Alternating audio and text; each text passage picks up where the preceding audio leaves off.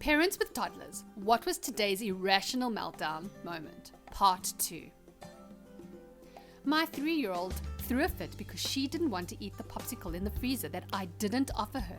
Yes, you read that correctly. She's trying reverse psychology on you, better watch out. She kept messing with our senior cat, and when I told her the cat didn't want to be bothered, she said, "Fine, I don't want Kitty anymore. I'm telling Nana to get rid of her." Then stomped off crying. That's just one of many. I'm sorry, but the cat was here first. Did not want to poop. Haha, the clock is ticking to the meltdown they will have when they can't poop now from holding it. Not my kid, but today I was at the courthouse going over a case and a toddler flipped her mind because sheriffs are supposed to wear hats. He's not a sheriff. I mean, technically she is correct. Might want to talk to the budget committee about adding hats for the sheriffs. She told me she wanted a quesadilla, so I made her one and set it on a plate in front of her. She's never been so insulted in her life, apparently.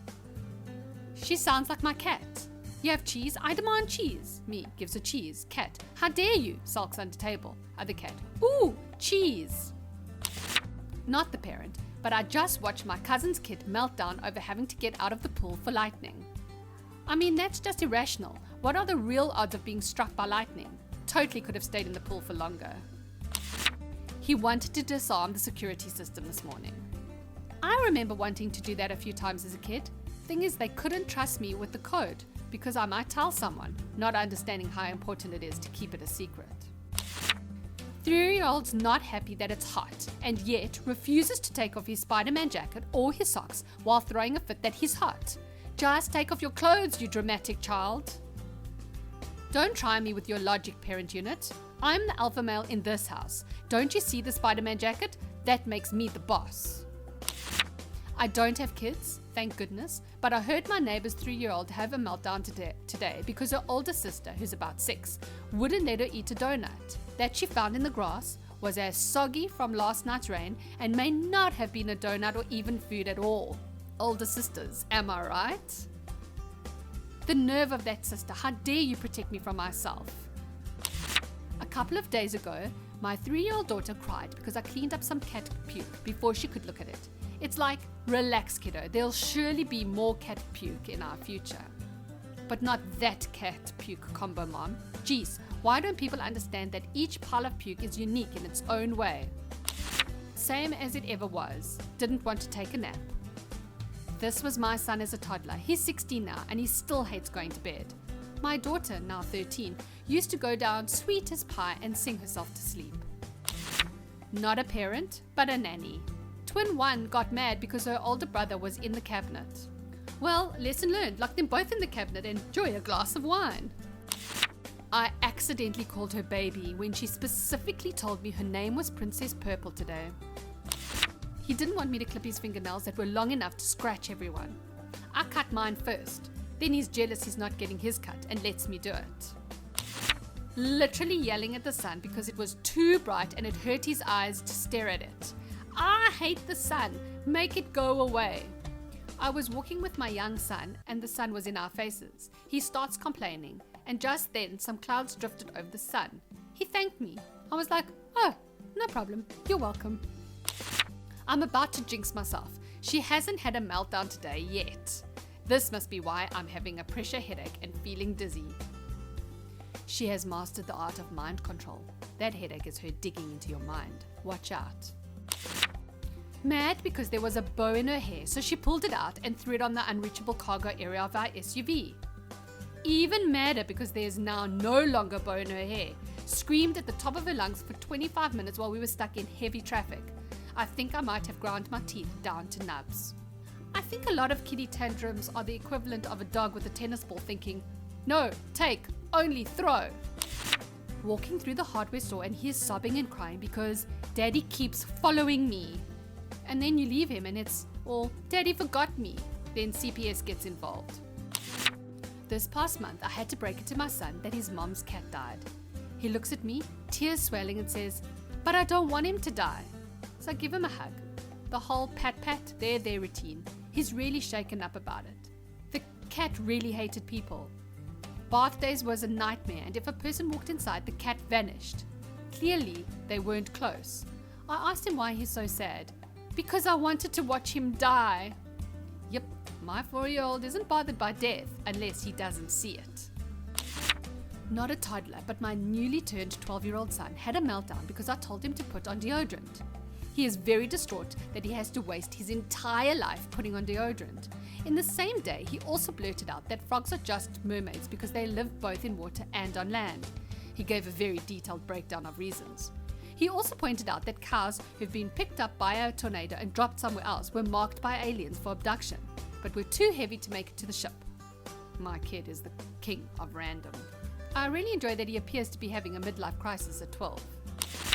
He thought he was going to get to play outside. Then we put him in the car.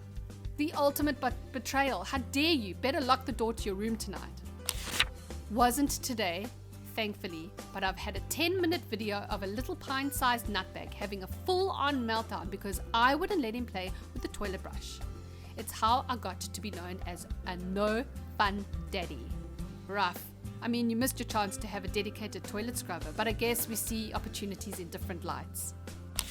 He was mad that we only had peach juice and not corn juice, and even madder when he learned corn juice doesn't even exist, and even madder when I laughed. Freaking three-nagers. Might not want to tell him this, but corn juice actually does exist in Brazil. My BIL thought it was OJ and made a horrific face when he took a sip. I've never tried it, but I don't think he is missing out on much. Some Asian countries have it too. Hey, not a parent, but uncle and brother. Me and my niece, 6 years old, were playing Ludo on my phone. I was winning, so she started crying, and then my 3 sisters, her mother and aunts, told me to let her win. But this is a luck game. I kept winning and she kept crying. Eventually, she took the phone to herself and kept playing my turn and losing. And then some miracle happened and she won. Enter my kid brother, 5 years old, who was jealous of his niece playing with me, said, "Hey, let's play and I will lose and you win." Naturally, he hates losing as well and cries when I find him in hide and seek, despite the fact that he literally yelled, "I'm here, I'm here." Then again, we played. This time he competed who could lose first. He did, and he looked proud, as if he won me back. The rule for playing games with small children is that at any time they can switch sides with you.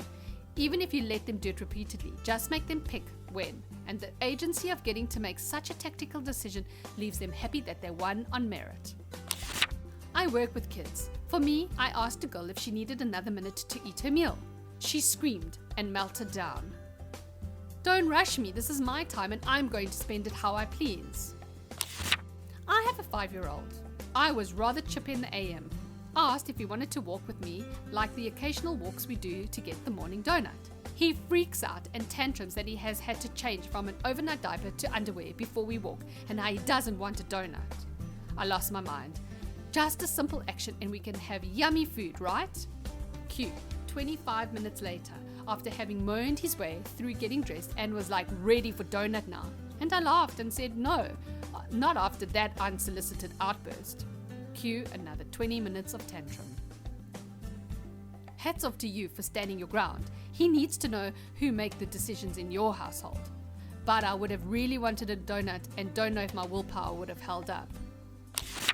I wouldn't let her eat chalk. I also wouldn't let her play in the garage. Chalk is an essential part of child's diet. How else do you think magenta poops are created? Just the right amount of beetroot. We went to the National History Museum today. We tried to get her excited for it by telling her there would be dinosaurs. She got scared and started melting down. So we then explained that it's okay, the dinosaurs are extinct and dead forever. She then became inconsolable because they are gone and never coming back. That's when you bring up the 19th century lost world hypothesis that maybe some are still around on a faraway island somewhere. Not a human, but I'm babysitting a kitten. My friend found a 4-day-old until he can eat solid foods and is litter box trained. He just started a new job and can't be there to feed him every 2 to 3 hours, and I have broken a foot, so I have plenty of time to take care of the little fuzzball. He visits every other day to check in on his baby. He is 2 weeks old now and was screaming his head off at 4 a.m. because he finished off his formula and wanted more. I gave in and made another batch, only for him to take 2 sips from the bottle, then refuse any more. I hope you and your friend enjoy him. Bottle-raised cats tend to be really nice and bond very closely to the humans. Of course, non-bottle-fed cats can too, but bottle-fed ones tend to be especially well bonded to their humans. I wouldn't let her wear her underwear on the outside of her shorts. Compromise, let her wear a pair on the outside only if she wears another pair on the inside. For all you know, she could have superpowers and just lacks a costume. Me, gives 3-year-old niece slice of pizza. Niece, immediately lip wobbles and tears welling up. That's too much. Me, that's okay. Just eat what you can. Niece, I can't, it's too much. Me, okay, we can just cut it in half. Now there's 2. Why? Noises easily mistaken for a murder taking place. It took an hour to get her back to anything slightly resembling human. In her defense, I probably should have learned from when I broke her piece of chicken.